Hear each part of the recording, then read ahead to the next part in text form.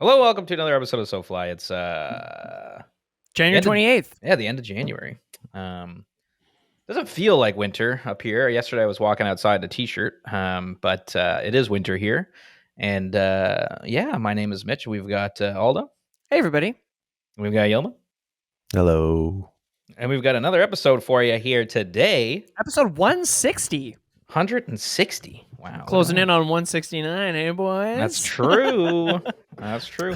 Today's episode is going to be all about the Denver fly fishing show. We went so that you don't have to. I mean, you could. It's a pretty fun show. So you're going to hear all about that in a little bit. But before we get into that, we've got, of course, our intro here. And this is the second podcast of the year? Third podcast of the year. Second podcast of the year? I guess second, technically. I guess it's like... Show.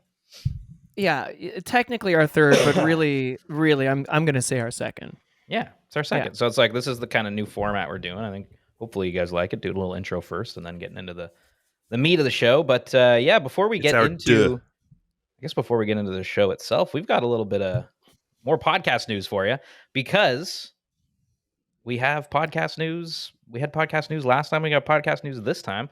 This is probably bigger podcast news though in the SoFly verse. Yeah. Isn't that right, Yilma? Yeah. I mean, if I have fans, yeah, it might be. I mean, you've got one right here. Got one right here, baby.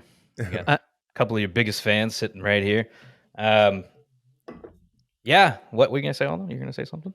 Well, someone's got to say what's going on. Nobody say it. If we don't say it, then maybe it won't happen. Oh, no. He said it. Okay, yeah, well, there it goes. After 8 years... and 159 podcasts. He couldn't last 10 more to get to 169, but he got to 160. This is 160. He got to 160. Yilma is stepping back from SoFly for the time being because it's been 8 years and you've made 160 episodes. Yilma, why don't you tell the people? Yeah, it's been 8 years, 160 episodes, and I just want to focus on other things, life's changing, things like that.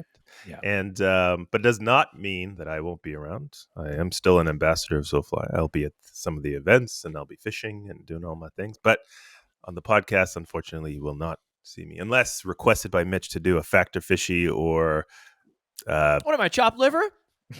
Yeah. That'd be fun. Aldo or Mitch. Definitely have to come back and do something. But... Aldo or Mitch.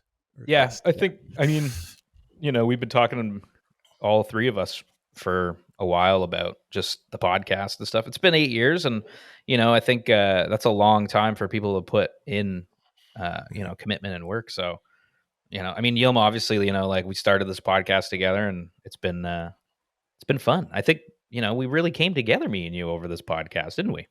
Absolutely. We didn't know each other. No, and then we met each other. This little short, cute little fluff ball that I met. Kind of still is. Yeah, exactly. And then, we started SoFly together in basically 2015, really, is when we started talking about it. So, that's a long time, and it's a bummer, but it's also understandable at this point that people come and go from this thing. But, you've been a huge part of SoFly from, well, you literally started it. So, it's big news for sure, and it's sad, but also it's happy because you are going to go and do many things that you want to focus on. So that's great. Exactly. And also, it's not like you're dying. No. And, not yet anyway. Yet. And who knows, maybe you'll end up fishing more somehow. This is what possible. I see. Because there'll be less pressure on fishing, Exactly.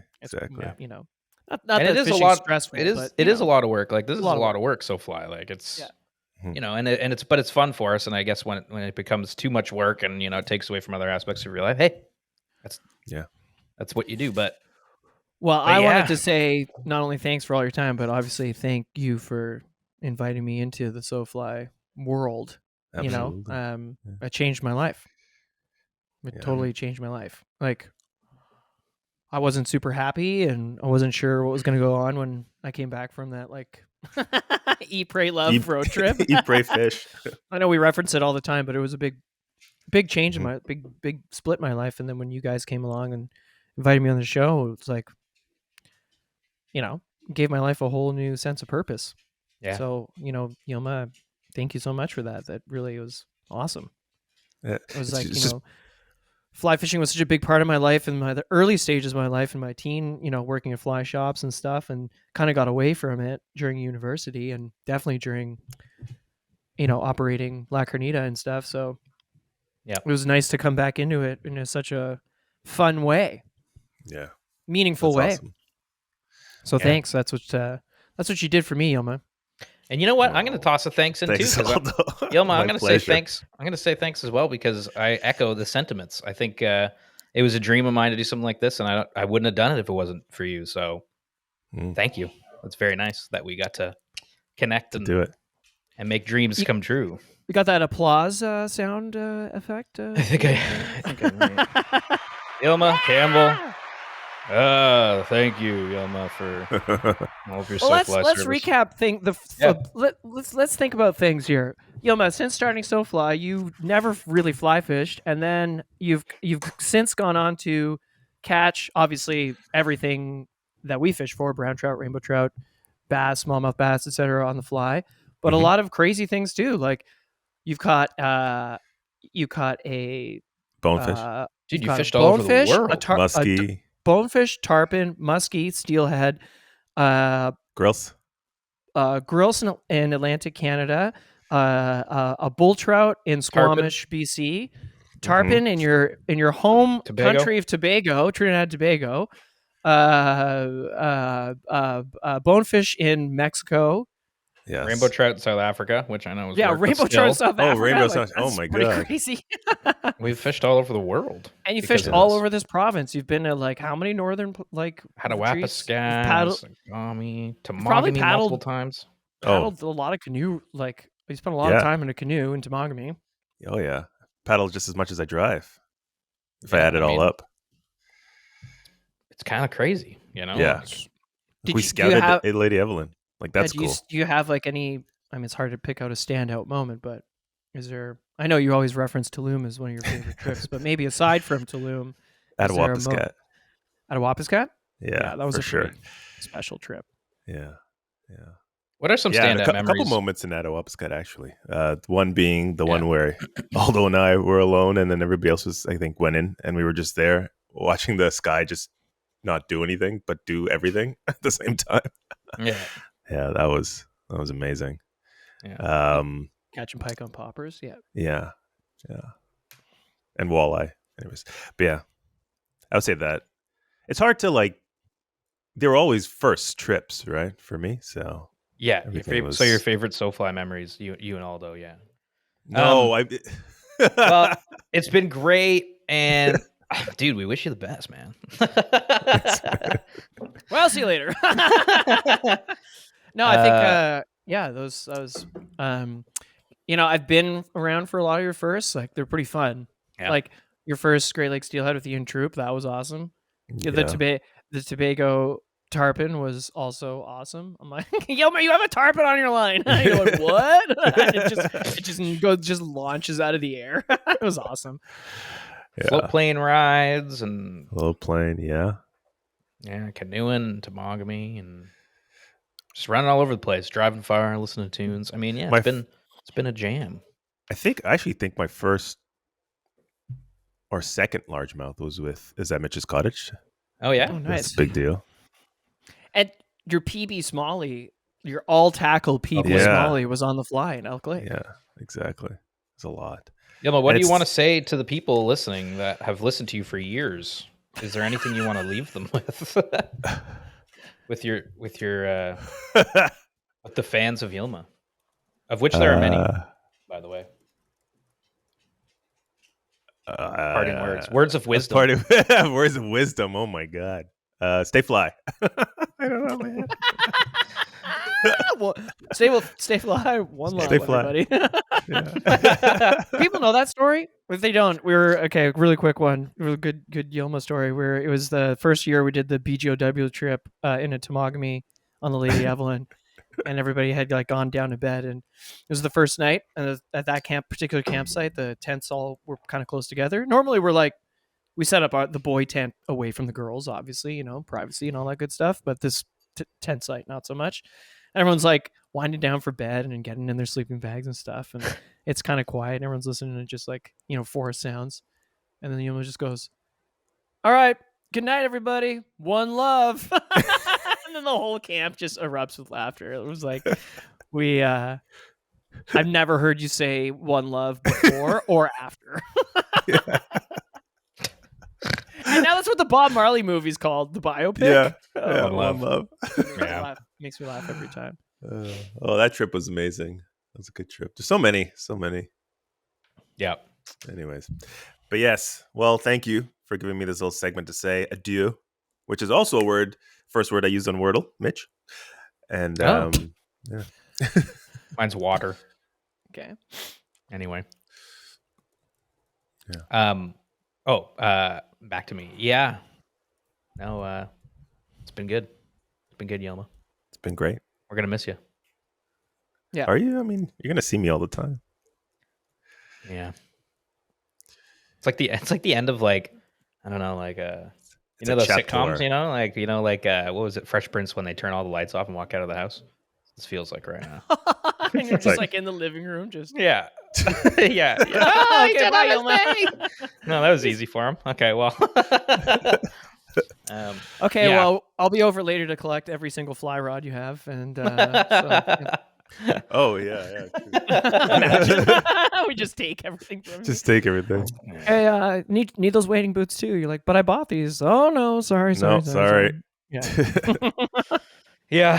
Yeah. No, but no, for sure. I mean, it's been a blast, and yeah, it's like I said, 8 years. I mean, there's going to be changes to SoFly, so thank you. And change is good. Yeah, change is good. And for everybody listening, I mean, like, let's see what happens. I suppose Yilma leaves, everyone stops listening. We're like, no, Yilma, come back. Yeah, you're stuck with Mitch and I. You're stuck with me and Aldo, but it's gonna be good. And yeah, if you have any thing you want to say to Yilma, send it info@sofly.ca. We'll read it out on the next show. And Yilma, you're gonna keep listening, right? Yeah. That doesn't sound very convincing. Of course. Okay. Well, of course I'll keep listening. Anything else, Yilma, you want to say? Was it really one love? This is literally how I get all my fly fishing info. It's not like I read all the books you've given me. I have advice that Mitch gave me. I have like 5 books that Mitch gave me, and I think I've cracked it a few times. This podcast is literally how I get my knowledge. Yeah. Do you really want to sign off with one love? Was that? Yeah, absolutely. Okay. There's no other better 2 words than those 2. All right, well, here comes the next main segment of the show. But for now, Yilma, what do you want to leave the people with? One love. All right. We went to the Denver Fly Fishing Show so that you don't have to. Again, you can. It's not a bad thing. We're not doing it so that you don't have to. It's actually really fun. But it's something we wanted to do forever. I mean, I remember hearing about fly fishing shows in the US, these conventions, since I was a kid, thinking, man, that's so cool. I want to go, because all the vendors, fly shops, guides, tires, anglers, they're all in one spot. And you can just kind of go around and talk to them, meet them, and buy stuff. And that's pretty much the experience we had. Yeah, I mean, it was pretty rad. Like, having now been to obviously the shows here, like the generic, sporting goods shows, where it's like it's boats, it's angling, it's fly fishing, it's like people selling sham wows. It's like it's like a toilet company, and then it's like, here, don't you want a toilet? Which you're like, no. I get from 2 points of the show, trying to make money, and then also like, hey, maybe someone's interested in the toilet. But going to a show that's all fly fishing was really cool. Like, obviously most, if not, aside from most notably Orvis not being there, I think every major company was there, which is cool. And then there's a bunch of Colorado fly shops there. It's funny Orvis wasn't there, which was cool. A lot of not-for-profits were there, which is cool, and we spoke to them as well. Yeah. But the fly fishing show in general is actually a brand. Yeah. And they have multiple pop-ups, multiple shows. Yeah. So they have Massachusetts, Denver, Colorado, Edison, New Jersey, Atlanta, Georgia, Bellevue, Washington, Pleasanton, California, and Lancaster, Pennsylvania. So it's quite a circuit. It definitely, I think it hits every quadrant of the U.S., which is like, southwest, It's kind of crazy to think southeast, about. northeast, the mountains. Like, it pops up that much, and the Mhm. Denver one we were at, which we kept hearing was the biggest one, or, like, the biggest version of it, was, like, full of anglers. To think that, wow, yeah, there's enough demand angler-wise to have all those shows, it's kinda wild. It's pretty cool, and, like, I mean, the cool thing too is, like, yeah, sure, you can walk around and go to booths and buy stuff, which obviously I did. Yes. But there's also we didn't do this because, we were kind of busy doing our own thing, but there are a ton of seminars to go to, from fly tying to fly casting Yeah. to, just, And clinics. and clinics. There are authors booths where you can meet authors. There was a great bookstore as well, Really which good. was really cool. I mean, we ended up buying Tim Camisa's book. And I bought also John Gierak's Bamboo book, and Oh, it was perfect. That's signed. right. That's right. I didn't Yeah. get to meet him, but he was signing books the day before, so, like, yeah, like, the book thing, I mean, like, it's just kind of fly fishing, paradise. Like, there's in terms of, like, buying things and finding things, like, Yeah, you can really nerd out, which is definitely. a big part of it, so. And I think Denver, the way they curated Denver anyway was, certainly very trouty because you're in trout country. But, Yeah. I'm assuming if you go, I'm assuming the New Jersey one, I'm even looking on their website, they've got like pictures of stripers and stuff. So Right. it's like, I wonder if you'll find, a bigger breadth of different types Yeah. of fishing, because it was definitely Probably. trout heavy. But I mean, You'll get local guides and outfitters and stuff that service that kinda stuff, right? exactly. Yeah. I bought a ton of saltwater flies, so I mean, and pike flies. So Of that's not to course. say that's not there either. But it's cool. It was cool. And we had never been. I had never been to Denver before. Me neither. The convention center that I was in was crazy. It's Yeah. huge. It was like its own ecosystem and had a water park in it. Yeah. That place was crazy. I mean, yeah, I mean, Colorado, I'd never been to before in general, and, it was really interesting getting to see, what Denver felt like to me? It felt like Canada or Ottawa, or, like, the west end of Toronto, and then in the distance, there's the Rocky Mountains. I mean, Felt like Calgary. It looked like Calgary, but it's then like a pretty much a the Rockies. photocopy of Calgary Yeah. for me. Yeah. Although It was oddly nice. quiet. That's what was weird. I've been telling everyone about this. Me Like, too. remember, dude, we were sitting at Chris's Steakhouse one night. We were, like, downtown, and we're at the intersection of, like, busy streets, and there was, honestly, I feel like we saw the whole time in Denver, downtown, I feel like we saw 15 people over the course of 2 days.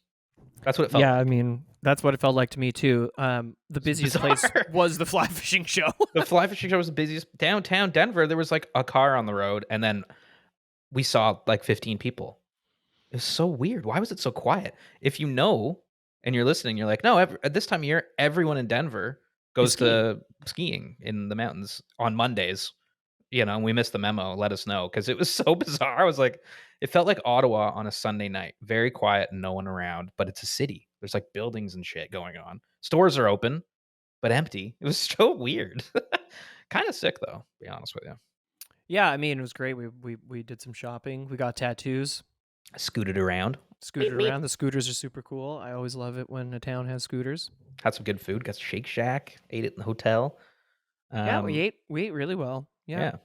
And I guess to set up this whole thing, Mhm. we took our camera and we took our audio recording equipment, and we just did the quick little interviews on the fly, which was kind of fun. So if you're watching on YouTube, and I suggest you should, Mhm. it's a bit of an extended version of just the audio only, because Yeah. we're going to have little snippets of Mitch walking around and shopping, and me freaking out about flies, and Yeah, so you but actually get to see the fly fishing yeah, convention, but if you're just listening to the audio, you're gonna hear I guess the most audio appropriate interviews.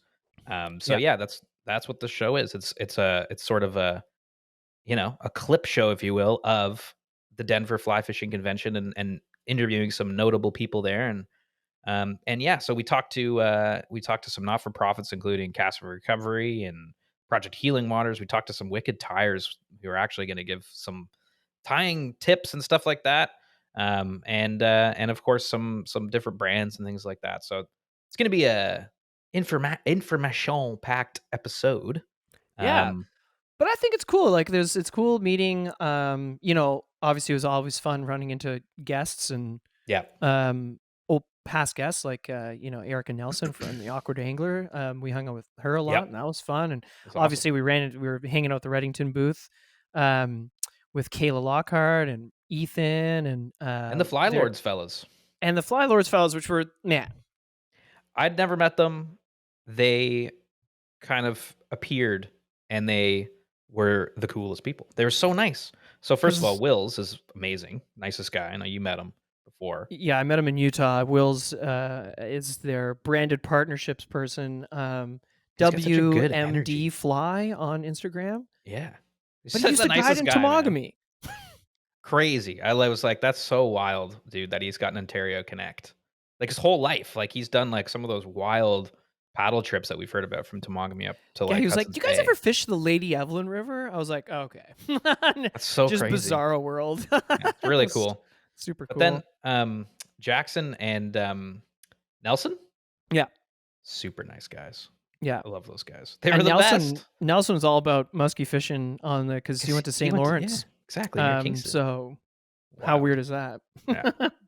Muskie fishing up near these parts. But like you said, like getting to hang out with Erica all weekend. I'd never met her either, and we've of course had her on the show, and she's awesome, Awkward Angler. It was fun. Jared from Fly Lords was there. We'd never met in person. Yeah, exactly. And he was he was on episode like 24. I know. Seeing people cool. For the first time, yeah, it was fun. And then, I definitely want to shout out our good pal Hannah Trotter. Yeah, from Hannah. Costa Sunglasses. We and Matt Schilling from Indie Fly, because we all stayed in Airbnb together, and that was super fun. That was awesome. Thank you, Hannah, for letting us crash there. That's really nice. And for ordering voodoo donuts. Holy shit, those were good. Those were really good. Yeah. Yeah, Matt was awesome too, man. Like just chatting with Matt that one morning. I was bummed he couldn't stick around longer because it was fun just chatting. But yeah, we got that hot tub. We had a good that place was so nice. Tub. I think I might have left my blue Costa toque there. Oh no, that was so nice. Toque, remember? Hannah was like, "What's a toque?" Oh yeah. That's awesome. I love that. Okay, well, yes, it was an awesome trip. Here it is. We're gonna just kind of go through it. So, what are we gonna start with? I think let's kick it off. Maybe let's kick it off with some gear chat. So you'll hear from our pals at Redington. Brandon, the new rod designer, is going to talk about. He's fresh to the team as of a few months ago. So you hear about his plans for redeveloping and redesigning some of the current lineup, and then maybe swapping some new things, as you can imagine a new designer would when any type of designer goes anywhere. Yeah, sure, you want to make your own stuff. Totally. So there's that, and then you'll hear from Riversmith, which is they make the rod racks, but they also make some really cool storage solutions for your boat. Very cool company. So we'll talk to them about that. Yeah, our best new pals, Yakota. Dude, Lincoln at Yakota. We just kept annoying him. I was like, Lincoln. We were so stoked about their brand stuff, their design and stuff. Yeah. Lincoln was like, "Who are these guys? They're like jacked up." Had like 4 coffees. We're just like totally like overloaded with like fish and stuff. We're just like, "Oh my god!" He's shoving a camera in his face. We're like, Lincoln. Yeah. That's hilarious. So yeah, Dakota. Okay. So I think that'll be like 3. The first little segment. Okay, well, pass it over to you, past Aldo and Mitchie. Take it away, boys.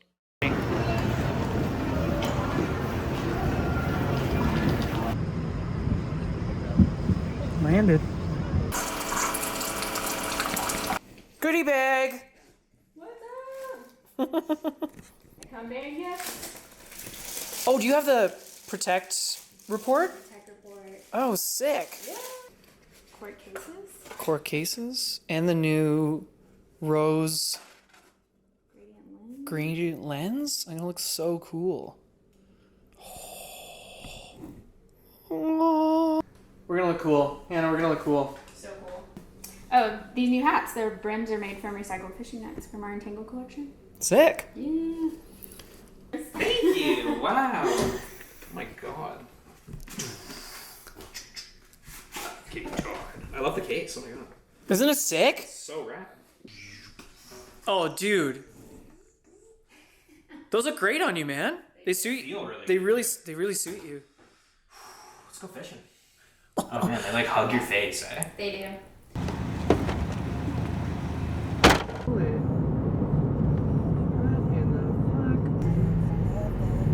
No, Hannah, this is a big moment. It's a big moment. It's the arrival. We're here. The inaugural arrival. Hi, my name's Mitch from SoFly podcast, and we're here, Aldo, behind the camera, Hello. at the fly fishing show in Denver. This is the first day, and I just got here, and it's a little bit of a whirlwind, I will say, because there are so many fly fishing booths to check out. So yeah, we're gonna walk around, we're gonna look at stuff, buy some stuff, see some people we've had on the podcast over the years. It's gonna be good. Check it out, it's Ethan. Hey! And Erica. Yeah! Hey! Already meeting so many people. Yeah, do you want to just do a big loop? Yeah, where do you want to start? Why don't we go kind of back where we were? Okay. I want a pair of those. Dude. Check it out, it's Mark Casbah Parr's Lake Lodge. Yeah, Casbah Lodge. Casbah Lodge. You like these? Yeah, it's plates from, like that Florida Dang. tarpon one is really rad. Damn. Tarpon K Lodge. Jesus. Want to go Dorado fishing, buddy? Yes. I've actually never seen a Dorado, even the mount. Fake or not. It's pretty cool. I think you take this one down the Niagara, buddy. Jesus. Eh? Take this one off of Niagara Falls, dude. $12,000. American. That's a deal right there. That's why you come to these things. That's so cool. $500? Dude, that? In the bass pond? $500 too. What does that say? 1,100 retail, 500 at the show? That's a smoking deal. That on the bass pond. Dude, you don't have to explain it to me, man. Itchy, this is your booth. Bamboo rod making demos. Wow. That's like you. It's pretty cool. It's really cool. Do you think they'll let me behind that? They probably The helm? shouldn't. Set up cool. Yeah, it's a great idea. Like for a display, it's hilarious. Oh, it's awesome. Dude, and they've got they've got an old ice cream and or taco truck. Ziggly Zubers to Munchy Mousers. Yeah, I got them all. Zippers, zappers, twisters, dadders. Up on your card, Yep. you need to fill out a minimum of your name and phone number. Okay, name and phone number. Here's my card. Name and phone number. Can you imagine if we won this? That would actually be crazy. Maybe. I really like these little micro leeches. These little micro leeches are friggin' awesome. These are all awesome. Fuck. I love this. So colorful. Look at this. Look at this. Cool, man. Those eyes are deadly. Wow. I'm gonna take a picture for Itis. All right, we're wrapping up here. We're gonna go to Erica Nelson, otherwise known as the Awkward Anglers, little happy hour. Let's go. That's the end of day one. I guess it's not the end. That's the end of day one. Yeah, it's Friday. It's the end of day one. Yeah. Except for happy hour. All right, it's day two here at the fly fishing show in Denver. What do you think is going to happen today there, Ethan? Well, I think some rods will get cast, Yep. reels spun. We'll buy a ton of good shit on sale and probably get a few drinks after. So it'll be a good time. It's going to be a good one. Ethan, what are you guys doing here? We're just showing off some of our products, talking to customers, getting a feel for the space. What can people do at the Redington or Farbank section of the show? They can take any of the rods for a cast. They can ask us any questions they want and give us a hard time. So you can actually just pick up a rod, go to the pond, and just take it for a rip. Yeah, absolutely. Who are you? What do you do? I'm Brandon. I'm the new rod developer at Redington. Nice. Okay, what does that mean? What's a rod developer do? Seeing what we can change, Yeah. what we should keep, where we should take the direction for the brand. How do you decide what to get rid of? What isn't selling for the Okay, most that part makes it sense. easy. Yeah. Yeah. Yeah. And then, okay, so let's say you get rid of a rod and you're going to introduce a new rod. What goes into the initial development of a rod design? Quite a bit. Yeah. Right. So I'll start by talking to a lot of our partners. Yeah. So different shops around the country, our reps, a lot of our influencers and athletes and Just community and stuff. community. Yeah. Yeah. interviewing customers and stuff. Like shows like this are really good for talking to people. Because you just learn about what people like in terms of like action and like totally. length and stuff like that. And what they're into, the price points they're trying to go after. So in designing a rod, like do you literally sit down and like sketch out a schematic? Yeah. That's crazy. Yeah, you start out, you just draw what you think you want it to look like. You can take inspiration from whatever you want in life. And like that's right down to the tapers and everything? Yeah, whole thing. Dang, okay. Yeah. That's pretty cool. And so do you help with the aesthetic design as well? Yeah. Oh, okay. Yeah. And we have a really cool team at Redington. Yeah. We have an awesome creative team. And so I work really closely with them to help figure out the aesthetic that we want.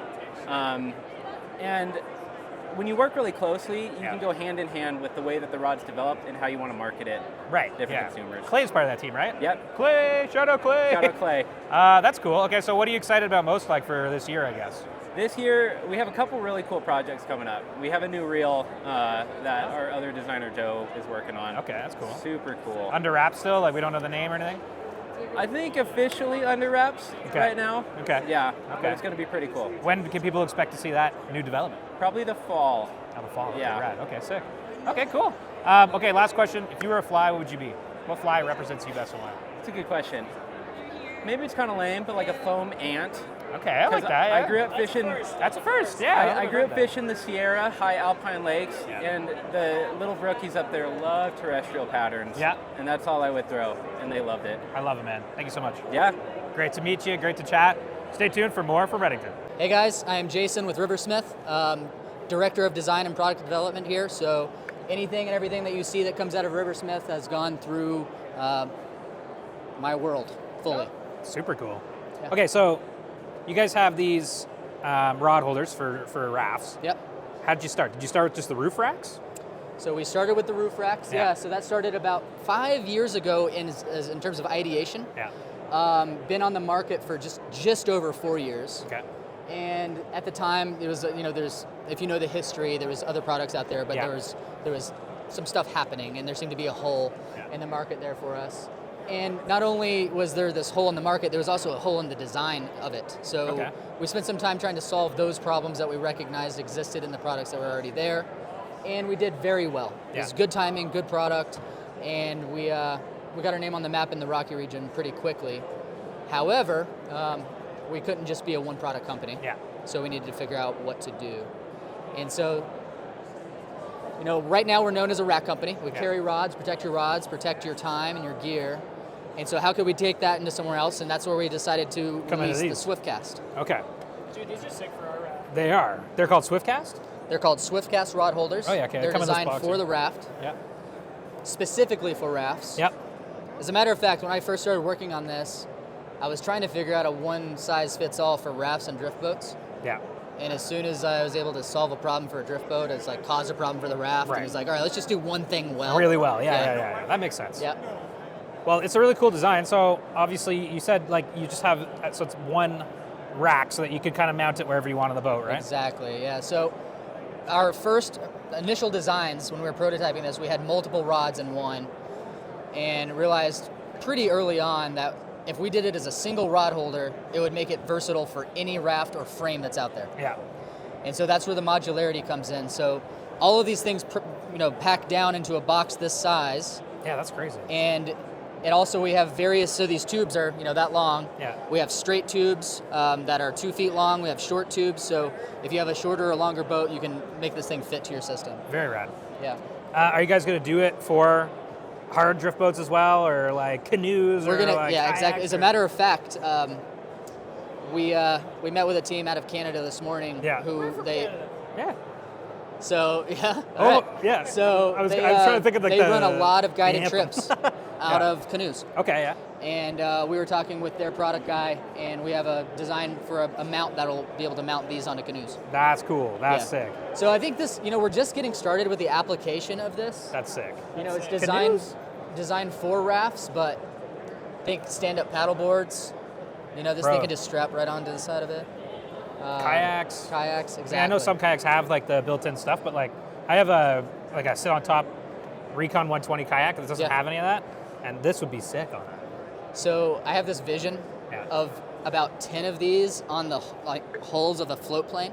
Oh, dude. And so you're getting ready to hop on the plane, and you can throw your rigged rods in there, so you don't have to pack everything in. Land, get out, fish right away. Exactly. Mama. Wow, that's pretty rad. Yep. Okay, so for now it's the rod tubes for the rafts, and then top of the trucks. Yep, that's what we have, and we have a few other things. You know, we have the various racks for the top of the vehicle. Yep. We last year launched an in-bed solution, so it's in the back of the pickup. Oh, dude. So it's totally like you just got a pickup. Yep. So it's the most discreet way to show up at the river. Yeah, that's I think cool. some folks think, I don't want that on the roof of my car. It's going to say, hey, I'm fishing here. Yeah, exactly. Come here. But get the same benefit of carrying a rigged rod, but in the back of the car. Yeah. Something nice about that. Yeah, that's what we are doing right now. And, you know, it's like we are kind of known as this rack company. But we think the brand is really strong. You know, Riversmith, I think it's opening up other categories for us. Yeah. And so what you're going to be seeing this year, and please stay tuned, we are staying in the travel category, but it's no longer racky or hard goody. Okay. So we do have a series of products that we're going to be releasing over the course of 2024. So if you can, please reach out to us directly at info@riversmith.com. Follow us on Instagram and social, because we have some really exciting things coming down the pipe. What's your Instagram handle? So Instagram is RiversmithUSA, at RiversmithUSA. Boom. Hey, I'm Eric from Trout Routes, and we're here at the Denver Fly Fishing Show. What's Trout Routes? Trout Routes is a mobile mapping app that specializes in mapping trout streams across the country and then overlaying that with data about public access, public versus private land. We pull in every USGS stream gauge, really any resource you'd be looking for to find more information about trout water, whether that's in your backyard or if you're trying to plan something out in a new state or a new area. You've said that a lot, haven't you? I have said it many times today, and I expect to say it you got it nailed way down. more by the end of the weekend, but that's okay. That's why we're out here, and it's fun. So you guys go to like all the kind of like trade shows? We do, yeah. We made the big fly fishing show circuit last year and made the call this last summer to do it again. So we're back at all the fly fishing shows, and then we're actually going to round that out by doing a bunch of regional shows up in the upper Midwest, and then a couple of other shows around the country. Cool. Yeah. Our founder Zach got the idea while trying to find places to fish in the upper Midwest driftless region. So Minnesota, Wisconsin, Iowa are kind of the heart of that driftless region, and he wanted to find a way to incorporate resources that were available but very disparate. So his original goal was to pull those resources together into a single platform that would allow people to interact with the data in a little bit more meaningful way. And he brought that to the Great Waters Fly Fishing Expo in St. Paul, had great reception, and people said, this is awesome for Minnesota, I want the same thing for Colorado, I want the same thing for Montana, or name a state in the lower 48. And so it kind of took off from there. We started really going hard last summer, finishing maps for the rest of the country, and 2 summers ago, and then in January 2023 is when we had final maps for the rest of the lower 48. Took the show on the road. We're here in Denver last year, we're back again, and it kind of took off from there. So how do you guys like aggregate the data? I'm just curious, like how do you guys get the routes? Yeah, it's a good question. I mean, we pull in a couple of hundred data sources, and it's finding all of those different publicly accessible resources that you might find through Trout Unlimited or Parks and Wildlife, state DNR resources, things like that. And so it really does come from all over the place. A lot of public access information. A lot of public access information, a lot of other like national data sets that we can then take smaller, more regional based sources and overlay that. So now you have, for an example, you might take public versus private land designations across the country, and then by overlaying that with Streamline and then an elevation chart of that river, you can identify places that are going to be good fishing opportunities that are for sure going to be on public water. Right. So that was kind of. And can people do stuff like with the app in terms of like, can they mark their own spots? 100%. Yeah, you can create your own markers. You can drop pins. You can take notes and upload photos. All of it stays private to your account though, so it's nothing that gets shared outside of your account. That's super cool. And it's nothing that we see on our end either. It's all curated within your own profile, and the same is true of the other data that we bring in. It's everything's sourced and curated by our development team. We don't crowdsource information, and it's not something we're interested in. So, you know, it's kind of that delicate conversation about spot burning and making sure that we're not overexposing areas. And in fact, one of the cool ways that a lot of folks end up utilizing Trout Routes is by hiding all those gold medal or blue ribbon opportunities and focusing on Class 2, Class 3 streams that are going to be harder to access, so they're going to be those blue line opportunities. People spread out, right? Instead of all going to one spot, now you've just opened it up. Exactly, yeah. It's almost a solution to overcrowding. Absolutely. Finding ways to get on water that you know is going to be a little bit less populated.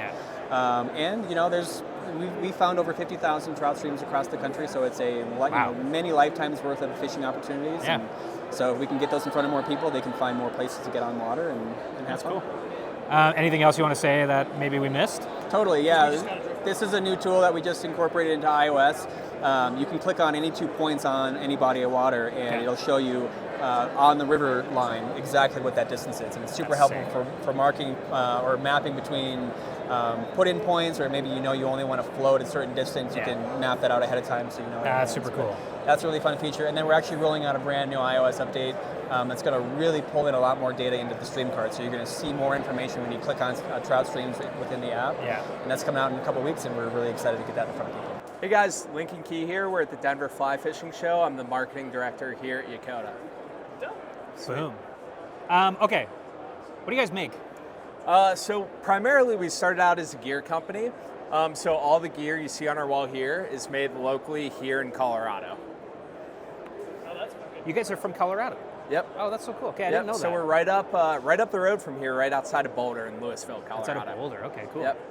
So how did you said you started with kind of like this type of stuff? Yeah, so this is actually the first product we ever made. No way. And it's been through about 4 iterations now, but this is our gear transport bag. Okay, sick. So we started out, we just wanted a bag that could carry all of our stuff better and wasn't over-engineered. So we just kind of went with this open style, keep it nice and airy, all your stuff dries out good. And again, made here in Colorado. So this was our flagship product we started with about 5 years ago. Okay. Yep. Okay, and then from there you expanded into this type of stuff. Yep. Reel Exactly. cases, streamer wallets.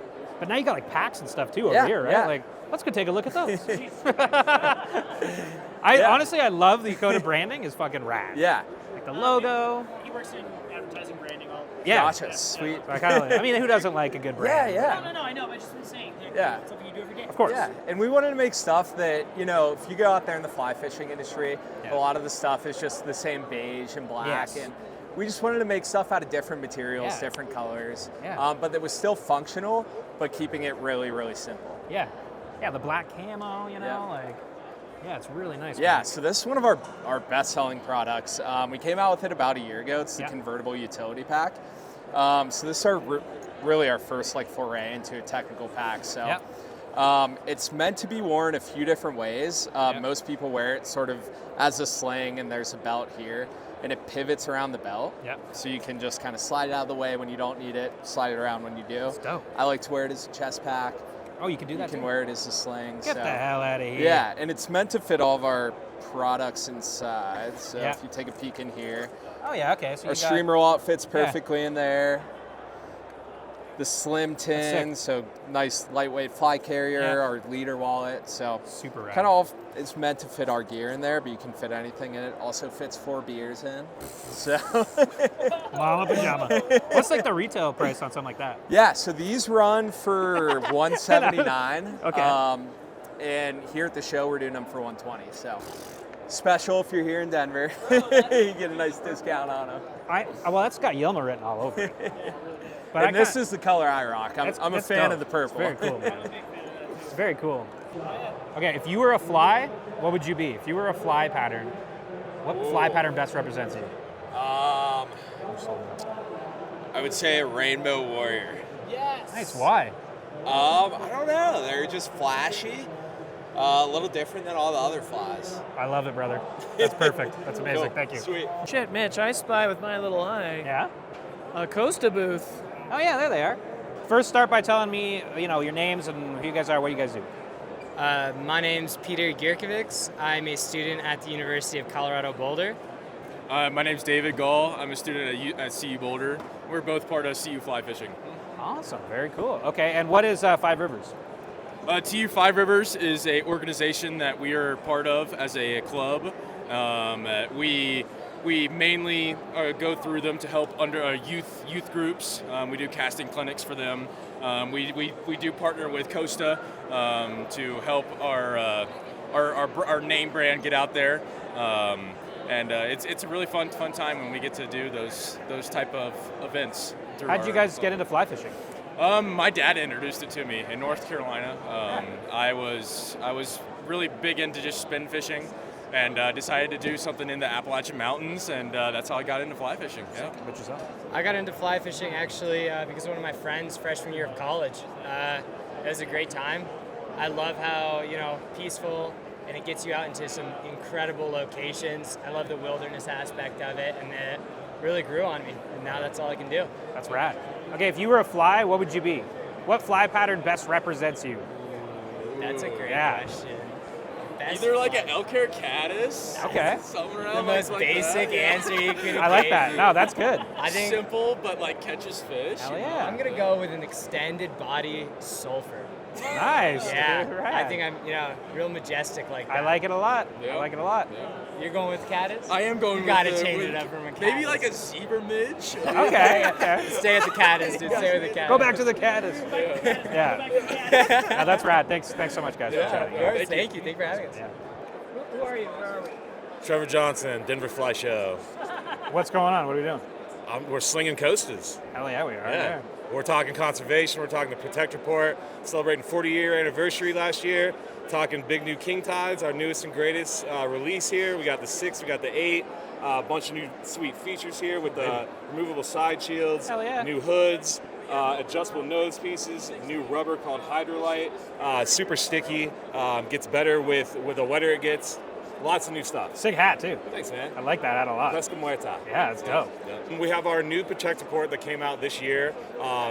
Been 2 years in the making. It talks about all of our conservation initiatives, a lot of our new projects we've done, including the marlin fly, which we have deployed a bunch of satellite tags and spaghetti tags on striped marlin with the Los Locos crew in Magdalena Bay, Mexico. Sick. Yeah. Rad. Awesome stuff. If you were a fly, what would you be? What If I fly was a best fly. represents you? Yeah. And why? Oh, goodness. Remember, this is like it. Whatever you say now is This it is forever. it. I'm going with my man Blaine Chocolate, Game Changer. Oh! Wow, that was great hearing about all of that. Yeah, I mean, how nice is it that they just took some time out because it was busy. Like on the Saturday when we did all these, like it was busy. People were asking people questions. So Yes. for us to be like shoving cameras in people's faces and be like, "Hey, how's it going?" Very nice. Very nice. Probably next up, I think we, obviously we're all about community, and it's cool seeing what other community engagement groups are doing outside of Canada and sometimes the U.S. So we chatted with Casting for Recovery, which is an organization that helps people who have either recovered from or are currently experiencing their cancer journey, specifically breast cancer, but sure they also deal with other types of cancers, but predominantly breast cancer. Yeah. And basically they get breast cancer survivors and breast cancer Like people that currently going through, yeah, but they connect them with the water. Yeah. Which and the I fly think- community, There used to be a group that did that in Ottawa while I was at Green Drake. And Oh, yeah? it was really cool. I don't think it was Casting for Recovery, but it was the Ottawa women fly fishers would do this once a year. That's I cool. remember. Yeah, Casting for Recovery, I've heard about forever. It's one of those Mhm. like not for profits in the U.S. That one and Healing Waters. Like it was. Yes. You've heard about these forever. Project Healing Waters, which gets veterans like same thing onto the water, and maybe you can imagine veterans deal with a whole bunch of let's say lasting effects of PTSD, but not even that, but just like a way of finding community, and maybe sometimes they've obviously endured some physical hardship or mental hardship, and we all know the river's a nice place to relax and find some community and stuff, and so we heard from them as well. All right, here it is. I'm Summer, and this is... I'm Kay. Yeah, and we're part of the Casting for Recovery, and it is a retreat that is all sold on donations and stuff, and collection to help provide retreats for women that unfortunately have gone through breast cancer like myself.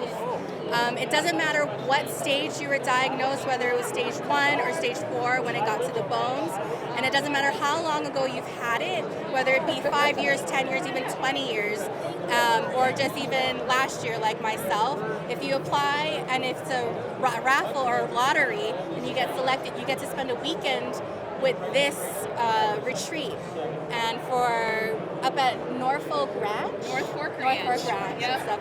And they take care of us. They give us food. They give us warmth and beautiful blankets and gifts galore. And then we learn so much about fly fishing, about the gear, about the knots, about the equipment, about the different hatches. I'm still learning. Yes, ma'am. Yeah. That's so awesome. And then we finally get a chance to go in the water and fish. And like myself, I've never fished before. I've never fly fished. And each woman, I think it's about 10 to 20 women, depending on the retreat. Each woman gets a guide of their own. And you get to fly fish in the water for about 8 hours, sometimes 10 hours a day. And it's just wonderful. And it's just a good way to have a community and to meet other women that have gone through breast cancer. So I am Elise Downs. I am a participant coordinator with Casting for Recovery. I was a participant in 2021. I was diagnosed with breast cancer when I was 32 and heard about Casting for Recovery through my oncologist and was able to apply and go to a retreat, and it changed my life. And they haven't gotten rid of me since. So I started actually, just like summer here, volunteering at booths at this show, and then was fortunate enough to be able to become a retreat volunteer. So that's what I do as a participant coordinator. I get to meet great women that have also gotten into retreats, and I get to bond with them on a very similar level because I have been through the exact same thing. So yeah, totally free retreat, any stage, any age. Most women know somebody, most people know somebody that have been diagnosed. 1 in 8 women will be diagnosed in their lifetime. It's super important, and it's such an awesome day to be able to fish on the river and catch fish, but it's so much more than that. It's that community and meeting people that know what's going on without having to explain anything. So it's a really beautiful thing. I love it very much. Yeah, Casting for Recovery is great. Love that. How can people get involved? Okay, so you can get involved with Casting for Recovery right here today at the booth. So we're totally subsist on donations, and that's why we're able to offer these retreats for free. So you can get involved by making donations to make these retreats possible for women. You can also volunteer your time. That would be if you tie flies. We always have a contingent of fly tyers that donate flies for our retreats. And then we also have people that guide for us on the day of the fish. So volunteer guides is really helpful as well. We have a guide wrangler, and we have a really great group of people that volunteer with us to do that on the day. But the number one thing we need, honestly, is for people to know about us so that we can get as many donations as possible so that we can keep going. If you were a fly, what would you be? If you had to pick one fly that kind of represents you, what would it be?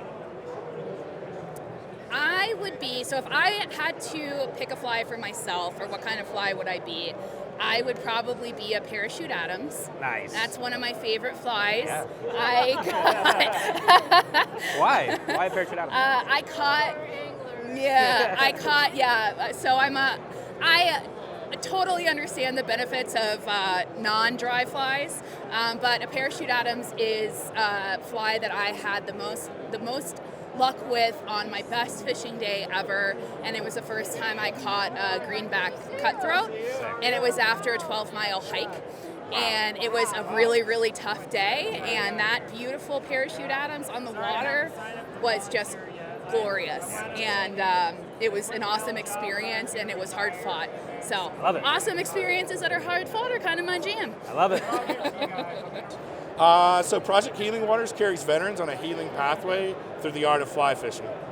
And when did it start? 2005, somewhere on my shirt. I love it. We had our North Star story is we had a gentleman, Ed Nicholson, that was in the hospital there with other veterans that were really injured, although we don't like to use that terminology, and they weren't getting better. and he took the opportunity to talk to the reps there and say, hey, can I just get these guys outside and casting? And so that's where we started. I don't know if you've seen the movie Mending the Line, but very similar.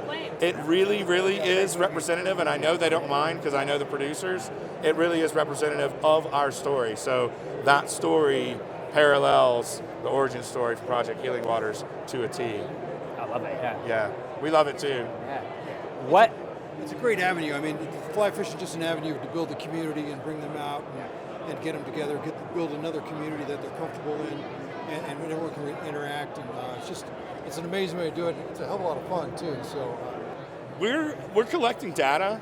So one of the things that we want to do in 2024 and beyond is be able to prove that we do what we say we do. And so we know some of the core activities, so predominantly fly tying, rod building, casting, and day outings. We have education interweaved in between all those as well.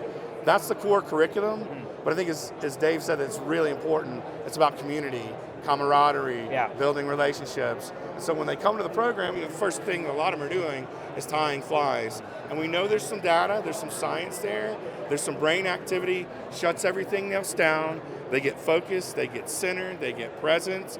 They're involved in that activity, and it mitigates some of the anxiety, some of the depression associated with some of the trauma that our veterans have experienced. And then you move from that to rod building, same categorical phenomenon. The casting in and of itself, rhythmic movements, some of the stuff that's going on at the brain level. But fundamentally, I think it's about camaraderie. It's about being part of a community. We have a good friend at Trout Unlimited, and we're talking about this right now in a partnership that we're going to be doing an initiative called Healing Veterans, Healing Habitats. So they won't pick up a fly rod, yet they'll be giving back to that very tributary that's given so much to them. And it's that shutting down all those outside noises, becoming part of a community that understands what I've been through, what I'm facing, the challenges associated with my tribe, rejoining the tribe and society, but also rejoining my tribe that might be my family or my support group. So all those things are interwoven in that curriculum throughout the year. Nice. How many people have you guys helped? Do you have a number? Do you know? So right now, we have a dashboard, which is a new development for 2024 we're real excited about. And right now, today, we have 7,268 active participants. Wow. That's crazy. 7,268 active veterans that are part of our programming. That's so amazing. Very exciting. And the volunteer base almost matches that number. So we have 5,000 very passionate volunteers as well that provide that curriculum. I love it. Yeah, it's amazing. When we take these participants out and they've got all this stuff in their head and on their shoulders, while they're out there on the water, all that stuff just goes away. Yeah. And they're looking and they're watching, and their mind has gone from where that bad spot to this good spot, to where they just forget about everything. The weight's lifted off their shoulders. In the morning when we pick these guys up, sometimes when they're new, they're not talking to people, they're just very calm and they're just looking around. By the end of the day, they've switched and exchanged numbers with people, they've made friends, they've got a new community that they are now a part of where it just opens up. And I'll tell you what, this program has saved some people.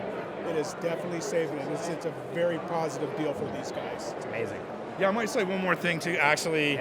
I had the opportunity to get to know Steve Ramirez. I don't know if you guys have heard of him. He wrote a couple books that are pretty popular. And we were talking about and I think it's really important to emphasize, the healing waters aspect, just being out of doors. Again, I'm kind of a data nerd. I mentioned this earlier, but there's a lot of data out there about the psychological impact of being out of doors. You add the healing water aspect, and per Steve Ramirez, it just takes it all away. It just washes away.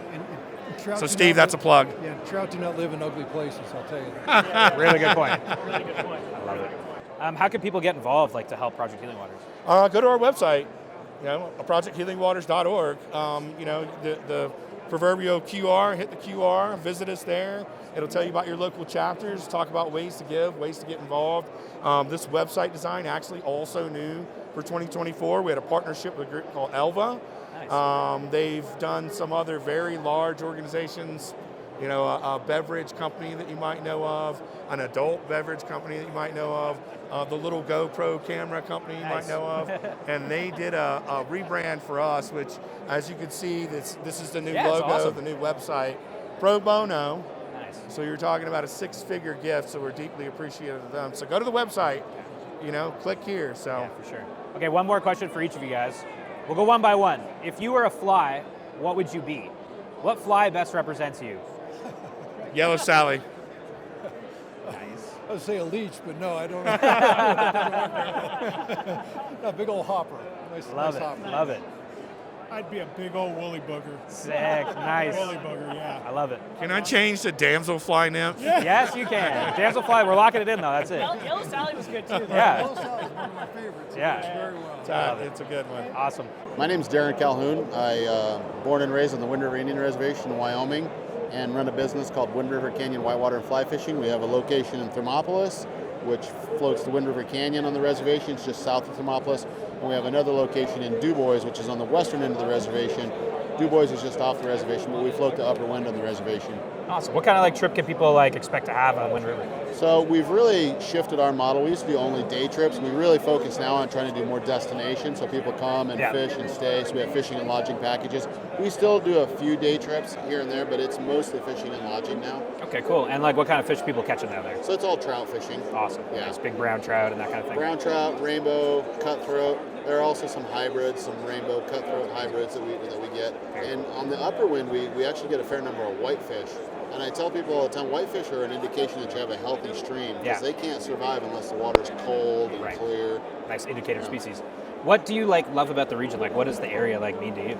Well, that's my home. I was born and raised there. Yeah. Right. So I've spent all my life on the reservation, other than times I've been away for education or training or residency, those kinds of things. So it's just where I belong. You know. Yeah, just absolutely like being there. That's awesome. And you fly fish yourself? I do. That's awesome. Learned how to fly fish at a young age. Just really caught the bug at that point, no pun intended, and have loved it ever since. And I've had years where I haven't gotten to fish much when I was, in college and graduate school, but absolutely love it. I have 2 hobbies in life, fly fishing and team roping. If I could do only those 2 things the rest of my life, I'd be all set. That's awesome, man. Okay, one last question for you then. If you were a fly pattern, what would you be? What fly best represents you? That is a really good question. It's the whole, it's a tough one. It's a tough one. It is. I would probably choose to be a Turk's tarantula. Awesome. Nice. Why? Well, yeah. Well, it's a big dry fly that you can also fish wet. I love it. That's and awesome. It's one of my favorite flies because you put a lot of action on it. When fish come after it, they're going to eat it. Yeah. Yeah, it was really cool getting to hear from organizations that, like I said, we've kind of known about forever and meeting the people behind it. NFPs are awesome because it's always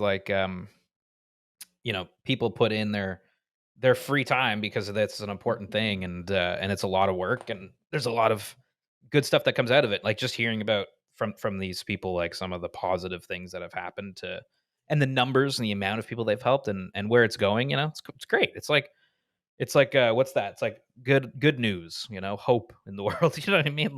Hope is nice to see. Yeah, it's nice to see good things happening, and it's so often in the news it's not. But hearing about good things is good. Yeah, that was awesome. Exactly. And then I think just the next kind of if we're gonna call these segments, we bugged Tim Camisa and that was our funny. new buddy Fritz. Yeah. And chatted with them about tying. And we talked to Tim about his first and upcoming book. Yep. And then we chatted a lot with Fritz. We were walking by Fritz's booth because he was with the he was at the what's that vice? Wait. What was the vice called? Norvice. Norvice, right. So he was at the Norvice booth, but which are, those vices are sick. So Don't get me cool. wrong. But what caught my eye was Fritz's flies, these beautiful, beautiful pike flies. So again, if you're watching on YouTube, you'll be able to see them. But if not, we get into it. We get into tying pretty deep with Fritz, and he shows us all of his patterns, and also kind of takes us through the sick Norvice equipment, eh? Very cool stuff, but he's kind of he was a northeast kind of guy, right? So he's fishes pike and muskie and bass and stuff like that. Yeah, he's a Michigan Wasn't guy. he from Michigan, yeah. So it's it was cool because we were very close in terms of fisheries. And yeah, he was a heck of a tire. But yeah, he was showing us the Norvice stuff. Honestly, Norvice, not a sponsor. Wicked Vices, pretty cool. Like obviously, like I don't know about you, but I remember seeing them. Like I feel like when they came out, when they hit the market, like I don't know, 20 years ago or whatever the heck it was like, whoa, look at that thing that's mounted in a desk and it's crazy rotary functions. But also, what I really liked was that bobbin. The with auto spring. bobbin was really cool. Because it was so easy, compared to other like auto bobbins I've seen. It was just a little spring that, but also Fritz made it look easy because that guy was one heck of a tire. So he's also maybe it was that intimidatingly handsome. He was a very good looking fellow. He's a good looking dude. Yeah, very, very much so. See him on YouTube or listen just to the audio version. But here is our Tires Corner. So we were just walking, looking for Tim, and then we turned around, and he's right behind us, like walking right behind us. We turned around, we're like, "The fuck, Tim? What's up?" He's like, "Yo." So now we're just kind of following him around, annoying him. He's going to the author's booth. I don't know what that is. What is the author's booth? I think they just sign books. Signing books? Yeah. That's kind of cool. Because he's famous. He's going to sign a couple of his books. We knew him before he was famous. Yeah, we knew him before he was cool. So that makes us cooler. Yeah. Right? Yeah. Yeah. All right, here we go. Here we go, Tim. We're going live. I'm going to put this right here. Oh, yeah. So we can kind of pick you up. How's it going? Always going well. Yeah? Yeah, and how was the trip down from Canada? It was good. It was quick. It was easy. So what are you doing here at the Fly Fishing Show? Oh my gosh, the Fly Fishing Show at Denver, this is probably the largest fly show in the world now. I think it used to be out in New Jersey. This one surpassed it. I am very, very lucky. They've made me a featured presenter. So I have private classes that I teach, fly tying clinics. I have like a featured fly tying. I do fly fishing presentations, just all over the place. Today, I'm at the author's booth, publicizing my first book. I'm working on my second. Congratulations. Yeah, that's awesome, Thank man. you. Congrats. Thank you. It was due January 1st, so it's a little behind, but it will be released eventually. That's amazing, dude. Wow. Okay, wicked. Well, we'd love to get this book signed by you today. We're going to give it away at an event. So that's awesome. This really worked out great.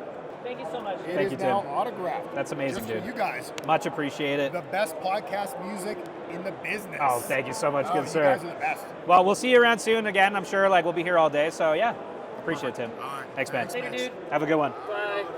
All right, so my name's Fritz. I'm from New Jersey. I'm a tire here for Norvice. I guide in New Jersey for trout and pike. Trout's usually like my main go-to, but I love the toothy critters. Nice, So that's why I tie a lot of this stuff. Like, the bulkheads, the Bufords, the game changers, even the hollow flies. They're, great little patterns to have. This is a little something that I chefed up. I haven't even really named it yet. I don't really know what to call it, but it's just bucktail, hackle, some chenille and Sick, laser man. dub head. Moves water like a mule. Yeah. Looks like a shad. It's perfect. Does the trick. Yeah. So what do you call these? You were saying these are the bulkhead flies? So this is a T-bone. This is Blaine Chocolate. Okay. He created this pattern. Yeah. Calls it a T-bone because a lot of muskie, they T-bone a fly. Right. So if you look at a lot of construction on muskie and pike flies, there's a hook in the back third, right? And that's by design because unlike a striper, striper either from the head or from the tail, they take the entire thing. Muskie ambushes, T-bones it, right? So when he created this, called it a T-bone, right? cool. These are your bulkheads. Okay. That's a bulkhead. Your bulkheads or your Bufords, whatever you want to call them. But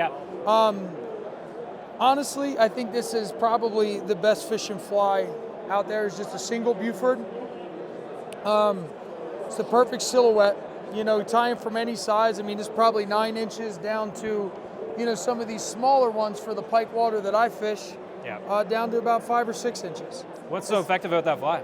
So pike, if we're going to talk about pike feed primarily with their lateral line, right?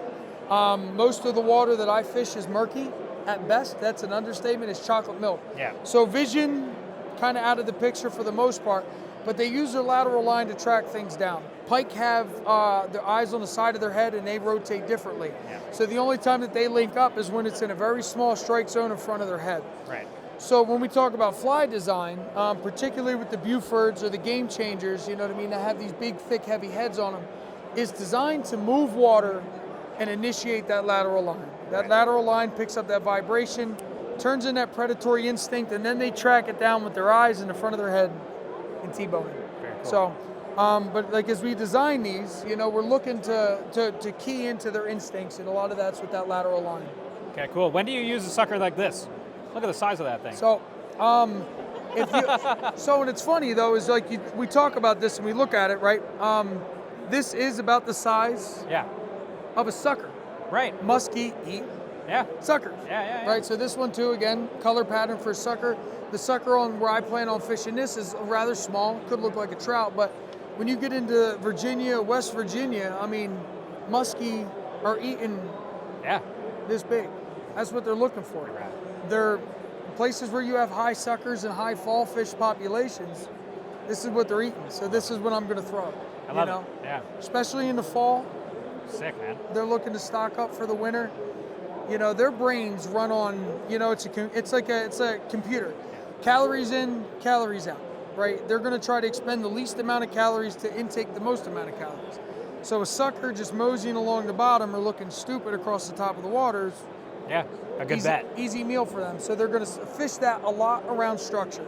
If I have a grass bed, it's got some trees down in there, that's where I'm going to fish at because I want him to see that big meal. He's going to feel it, come up and rifle it. Sick, man. I love that. So I guide out of New Jersey. I guide for a shop called South Branch Outfitters. That's located in Califon. And we do a lot of fishing on the South Branch of the Raritan River into Ken Lockwood's Gorge, which is, a very renowned fishery in the States, or in the New Jersey. And I also guide pike on the Passaic River, which is one of our premier pike fisheries there. I'm on Instagram, Facebook, everywhere under the sun. So this is one of my cards. I run my own online fly shop called Lateral Lines Fly Fishing. Yep. I source all my own bucktail, all my own hackle, all my own hen. So I sell it small batch on there.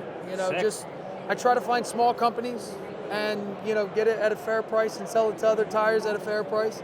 Because I hate trying to find a good, saddle hackle and I find one and it's $75, $80. I don't have any hackle on my site and it's top tier. Yeah. Super nice, man. Okay, one last question. Yeah. If you were a fly, what would you be? What fly pattern best represents you? That's a good one. Yeah, take your time. I don't know, I feel like I'm pretty assertive, pretty aggressive. So something that's got a lot of attitude. I don't know, probably some sort of articulated streamer. Yeah? Sex Dungeon or T-Bone or, Double Buford. Yeah? I feel like I'm a pretty assertive individual. Sick. Yeah, man, you seem pretty confident. Yeah, oh yeah. So the T-bone, maybe we'll say. Yeah. Call me a T-bone, brother. Sick, dude. Yeah. I love that. Who are you? What do you do? I'm Wills. I work for Flyword's Media, and I do brand stuff. Nice. What kind of brand stuff? Well, I work in account management, That's so it's a really fun side of fly fishing.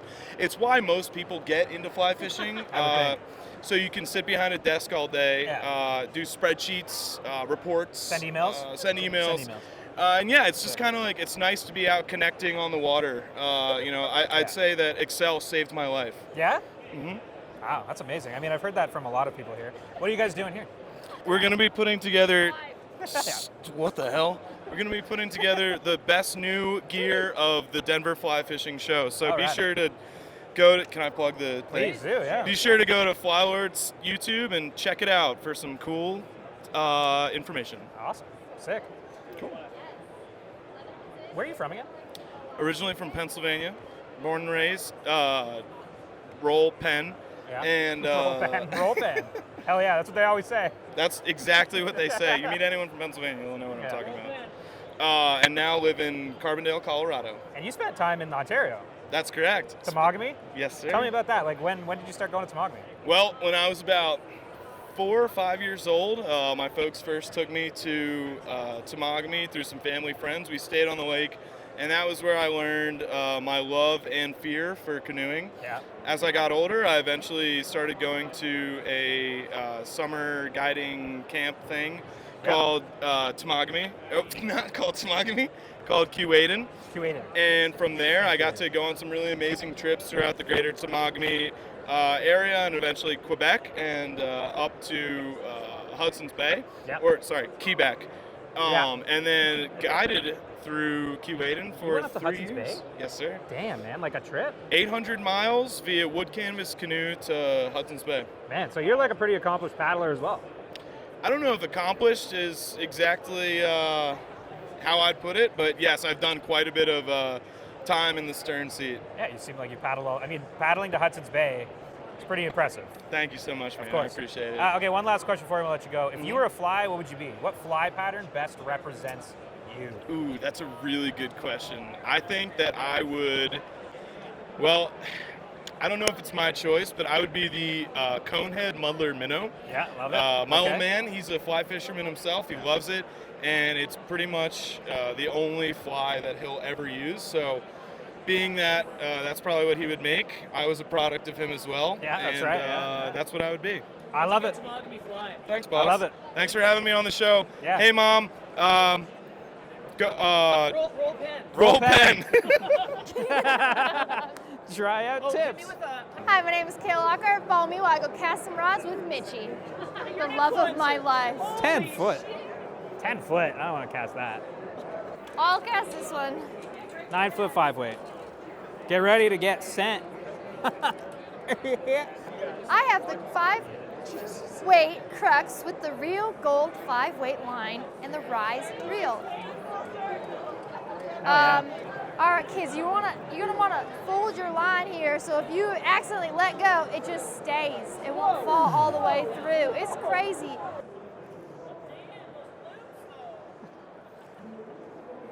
It's really weird casting in a big building like this. I got the ding, ding, ding, ding, ding. I wasn't even trying on that one, to be honest with you. Wait, how do That was I easy get peasy. that? I want a hoop. I have to get the one all the way down there. I don't know if I can do that, to be honest. I'm but trying. I'm gonna try it. I'm trying. There's only one way to find out. Oh yeah. Oh yeah. Oh yeah. Oh, Nope, I got a oh my tailing god, so loop. close. So close. And I was also standing on my line. Oh, I'm stuck on my zipper. Nah, stuck in the zipper. Hold on, this is calls for the sweater to come off, kids. And I'm going outside of the thing. I can't get it. Yeah! Nice and tangled up. Did we just make it married? It's like when you synchronize on the swing set and your kid. I think we did. Nice. The casting pond. Yeah, rock and roll. Yeah, this rod's dope. Yeah, totally. This is the first time I casted the It's crush. Kayla, that's me. If you were a fly, what would you be? That's a great question. So, I would probably be a thin mint. Nice. No, hero cast. I'm casting the Trailblazer 7.63 weight. Pretty sick, ballsy little rod. It can really throw some line out there too for being a little 3-weight. It's got some power. Listen to that real scream. Nothing like a tarpon on a 3-weight, am I right?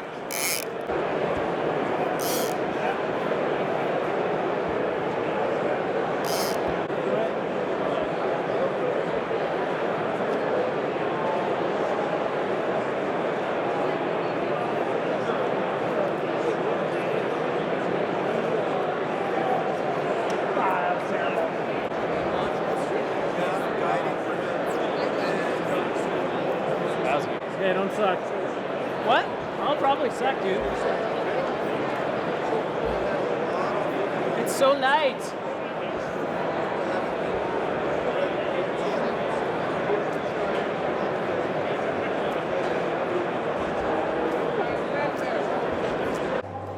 Even the dogs have sun shirts at Fly Fishing Show, Denver. So many puppies. Baby, you're Oh, you know what you mean? It makes me miss. Look at this. I want a husky so bad. Yeah? Oh, that's the stuff. You got any? It's pretty sick. Yeah. I think overall, like, super success. I don't know if I mean, we probably would go back as a function of one of our sponsors, but if you were just looking for something to do, yeah, you know, whether you're from Toronto or I would definitely spend a day hanging out at one of these shows, especially if you're in the area. Like, it's super If you're in the fun. area, go for sure. If you want to travel to one, I'd say it's worth going to one. Why not? Like it is fun. To go to a convention of just fly fishing was cool. Like the Yeah. whole room is just fly stuff, and you can find a lot of cool things and meet a lot of cool people. Which Yeah, is I was probably I the was gonna big say thing. I mean, I was glancing at some of the dates. I was like, "Hey, you could work in some fishing," and it's like, I don't. I think the last one's in March, so Right. I don't know if everybody's season's really kicked off. Yeah. I mean, we could have fished in Denver, but Yeah. we didn't. Well, I think too, like just I know sometimes maybe it's hard to meet new people if you're kind of a quiet person, but like myself. But I feel like when you walk around and just start talking to people, like everybody was super nice too. That was the thing. Like fly fishing, obviously has this era or this aura of like maybe sometimes people are kind of like grumpy and quiet and stuff, but like everybody we met at the show was like really really friendly and nice, and not even just brand people. Like I'm talking like tires and just guides and people hanging out too. Like everybody was willing to chat. It's that kind of environment, right? Everybody's there, so that means that they're there to do something, right? Hang out, talk fly fishing. So, yeah, go and meet people, and who knows what'll happen? Maybe you'll find a new fishing buddy, or go to some place in the world you've never been. Yeah, or maybe you buy a boat you don't need.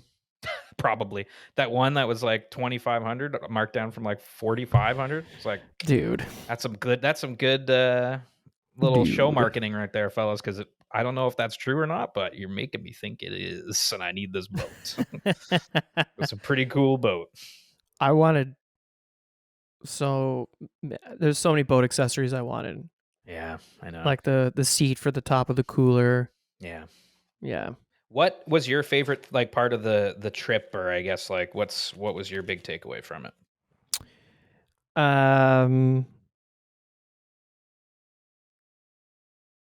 Wow. I mean, I can tell you what mine is while you think. Yeah, please do. Mine definitely was just the whole like going to a convention of all fly is really really cool and different and fun and unique.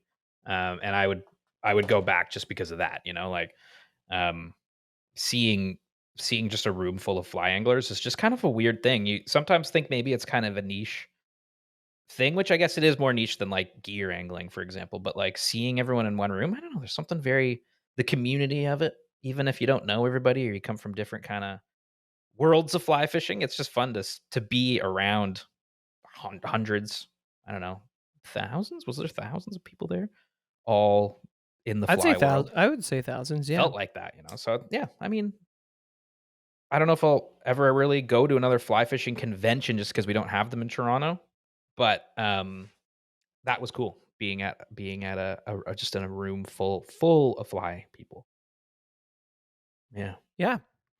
I mean, I always love the like kind of after hoursy type things are always fun. Like when Erica had us, invited us for dinner with like that fun group of people. That was awesome. That was awesome. I don't know what my big takeaway is.